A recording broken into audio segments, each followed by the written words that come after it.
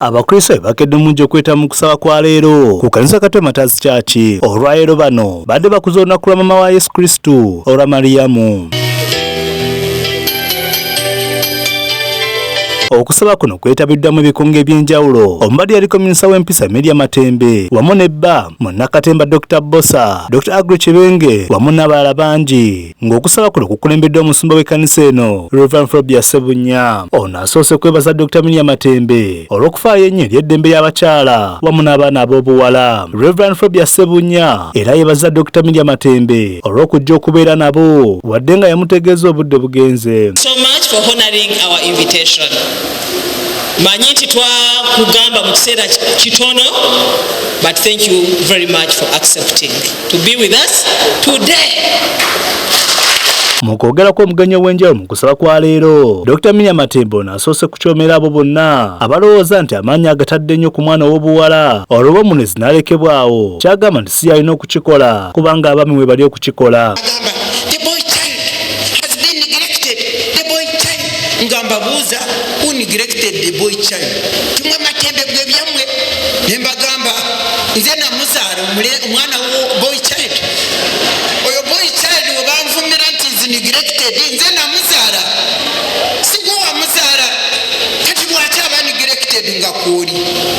Dr. Matembe agamba nti bw'afa ku mwana ow'obuwala aba alina ky'ataasa eri abasajja kubanga bano be batambulirako buli kimu.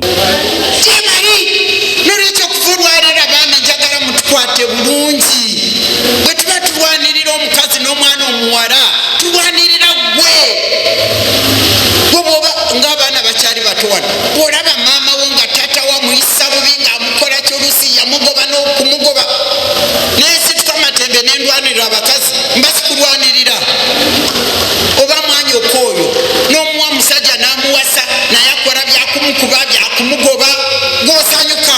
Olw'okuba olunaku olubadde lwa Mariyamu ng'oli mama wa Yesu Kristo, ono agamba nti kyo kifuula abakyala b'omuwendo ennyo kubanga yali mukyala eyazaala Yesu yafuuka omulunzi w'ensi eno.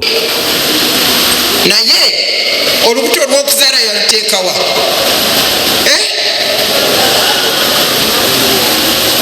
Yalaba omwami yali tabisobole. Otherwise yandibadde amugamba zaala ogire okyokole ki? N'olwekyo bino bye bagamba simanyi ng'olezi biya ne biki temuli magezi teri kukyusa ebintu bya Katonda. Mu ngeri emu ono asabye bannaddiini okukola eddimu lyabwe ery'okugunjula abantu naddala bannabyabufuzi obula eggwanga libeere n'eggwanga eri abakulembeze abatuufu. N'olwekyo bwe tuba tumukyaki bano ba politicians bano batutawe bano bakola ki? If you have not spiritually governed us and guided us, what do you expect out of us? Mumpulira byenjogera sibye bindeese wano naye Mukama ayagadde nkole ki ndowooza mbyogere.